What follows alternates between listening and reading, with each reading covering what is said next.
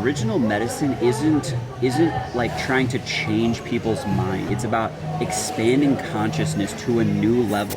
Oh, I can't believe you just called me out. I had to figure out how to get you to be mine. Alright, so we are so excited because we have been hoping and praying that we could land a retreat at Intaya. Intaya is this absolutely breathtaking property on the side of the cliffs in Nusa Penida, Indonesia. It's honestly, just looking at the pictures, we obviously haven't been there before, it looks like probably the most beautiful place I've ever been in my life. Yeah, I remember when you sent me the retreat. There's a lot of retreats out there, but not all of them are super in alignment with original medicine specifically. And Intaya is completely in alignment, and the retreat is called The Art of Becoming, and it is all about these 9 dimensions and how the 9 dimensions are actually connecting you back with nature and with yourself. Yeah, it's so exciting. It's 6 full days, and it's led by this incredible woman named Jessica, and there's a couple other supporting characters as well. Another woman named Cara, who's supposed to be like this incredible medicine woman who has these tinctures and potions that she's collected from all around the world, and there's sound baths and really beautiful medicine. There's also another man who is a Balinese healer, and he's going to do a sacred water purification ceremony, which we haven't done yet in Bali. So yeah, I mean, there's so many different pieces that make this so in alignment. That's wild too, because when we ended Rhythmia, we weren't sure what was going to come next.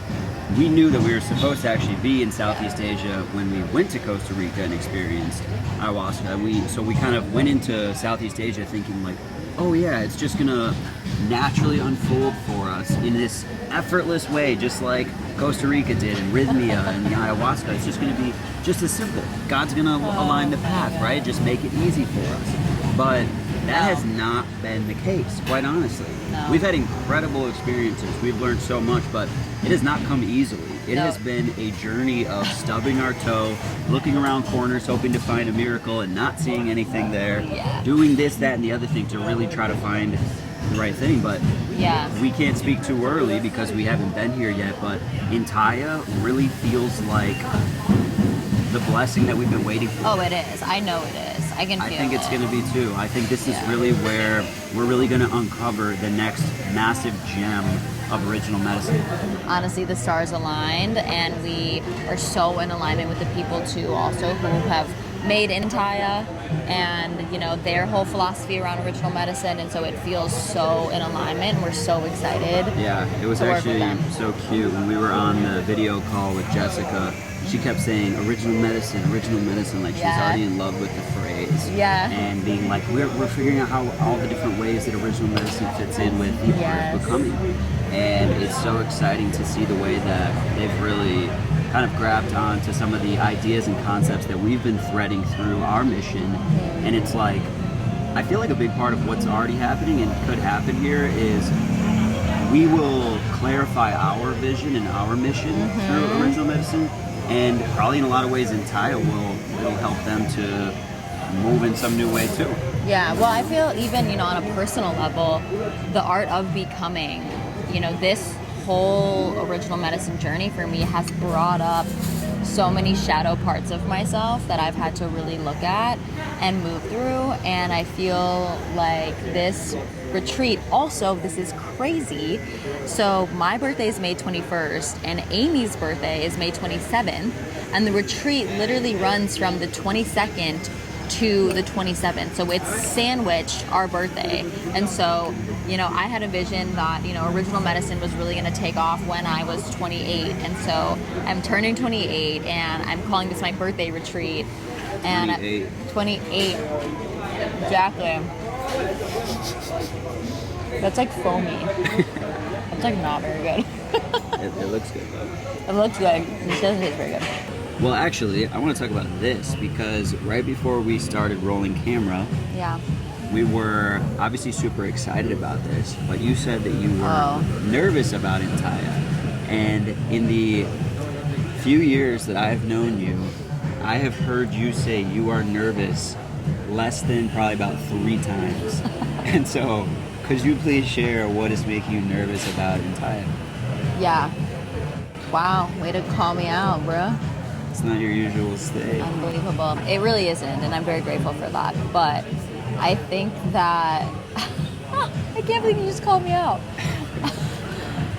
No, it's funny because I'm realizing, like, okay, what am I actually nervous about? Because at first I was thinking, like, am I nervous about, you know, really delivering for Intaya? And honestly, I'm not nervous about that. Like, I know Bez is going to crush it. Like, I know everything's going to go so smoothly. Amy's going to be on it. Like, I'm not worried about that.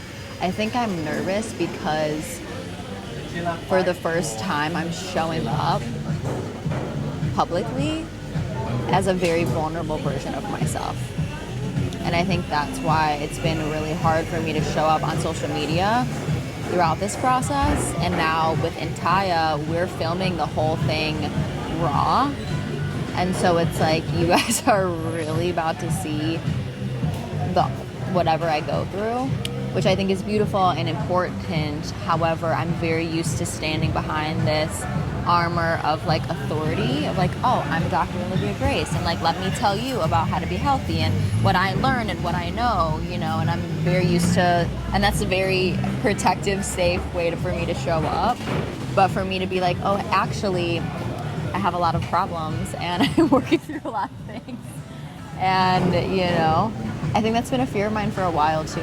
I know it makes me more human and I know that it's beneficial, but there is a part of me as a doctor, you know, that does feel like a little, I've always preserved that part of me. I haven't really shared a lot of the even health struggles that I've gone through or other things, because part of me is afraid that like, oh, if people know that I struggle, like, are they going to trust me, or are they going to think that I'm not smart enough, or I don't know what I'm talking about, you know. And I know that's not what people end up thinking logically, but I have kept that part of me very on lock. And so this has been a process of really sharing more vulnerably about like what I'm going through as a human, and it makes me nervous. Yeah.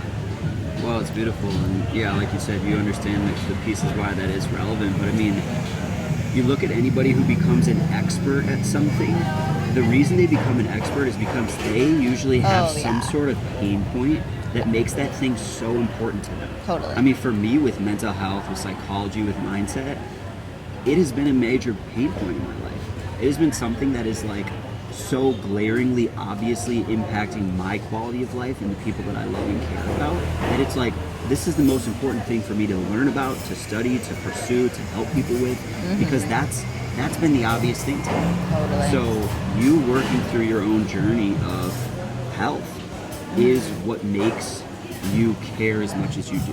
And for everybody out there, like, typically your passions revolve around things that have withstood significant importance for your own life.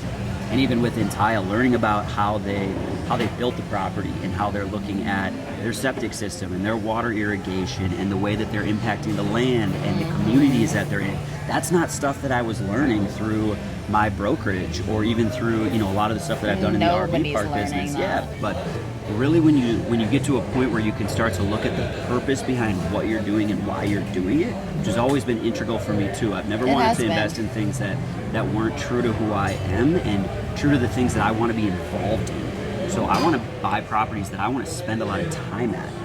And, you know, but reading about their philosophy behind how they made the decisions around the land was really eye-opening for me, perspectives that I hadn't heard before. So I'm so excited to go and just see the property through the eyes of somebody who's going to own properties, hopefully just like this in the future. I mean, that would be incredible. If I ever own anything like Intaya, like, have me on the freaking back, like I hit the lotto as far as like my hopes and dreams.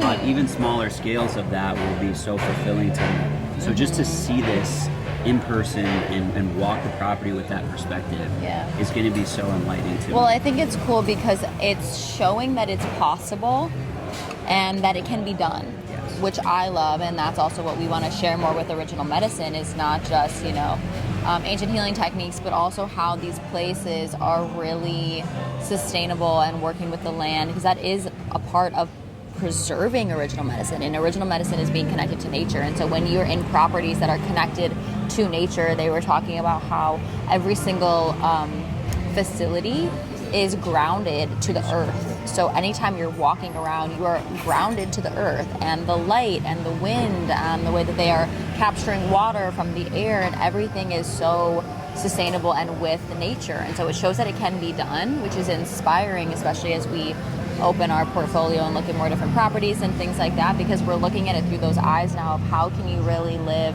in or build environments like this that are with the land. And I will say, as a practitioner, the two biggest things that make people sick, that are the hardest to treat, number one is your relationships, so choose wisely, and two is your environment.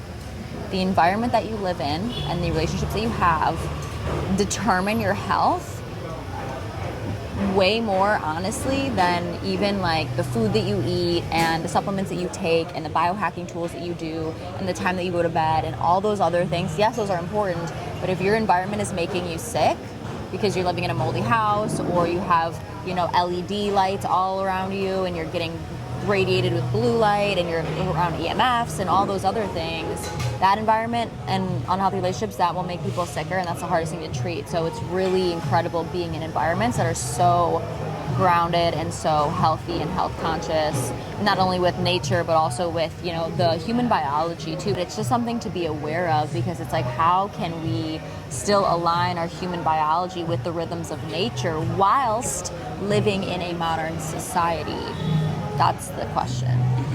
Yeah, no, so beautifully said. Thank you. Yeah, the other thing that, obviously Olivia is super in touch with the body, and that's where a lot of her perspective comes from. For me, it's the philosophy and the mindset around the place. And one of the things that I really love that they have made very clear is that I'm still learning more about, so don't quote me on this specifically, but is that it's really a place for top thinkers, top business people, they did say that. Oh yeah, they stand movers on and that. shakers to come together and formulate more enlightened perspectives on how we can all be stewards of purpose, of the land, of community, of nature, of everything, so that the world can continue to move in a more and more positive direction. And I absolutely love that. And I think that the big shift that I actually just had at breakfast this morning, I was realizing is like, for me at least, and I think this goes for you too, but like original medicine isn't like trying to change people's minds, isn't trying to say, well, you should think about it differently. It's about expanding consciousness to a new level, to a new plane. It's about opening up a new door of thought, and so that we can all grow. It's not about everybody has to change, like you're not right because this. No, it's like human consciousness can continue to actually just get bigger and more aware of beautiful things in life. Yeah, and just because one thing you think, like, let's say your mind expands because you watch something that we do, that doesn't mean the other thing that you believe necessarily is wrong. And I think that's like the dogma in the Western world is like, oh, well, if you believe this, then that makes that thing wrong. It's like, well, no, if you believe in nature and healing and that, you can also believe in Western medicine in other ways and how that's beneficial and how you still need those things. Like, those can coexist, and people get so stuck in like one or the other, this or that. It's like, no, it's just like, let's just open our minds and broaden them. I love that you said that, because it is. It's a broadening. It's not like oh, you're wrong and this is the camp that we're living in. And that is also like segregating people from thought and belief and like pulling people apart, versus like, can we all believe, different things within this greater thought container? Yeah 100%. So that kind of brings me to the question of what do I hope to gain from my experience at Intaya? And if there's anything that I've been consistently learning on our Southeast Asia adventure through all the practitioners, through all the different experiences, is that I need to really learn how to drop into my feelings and my emotions, and to really get into my body, get into my heart. And there's been times in my life where I've been really good at that, but I think my nature is to be in my mind. Totally. And to be a thinker. And that's how I map out the world, that's how I figure out strategy, that's how I solve problems, that's how I move.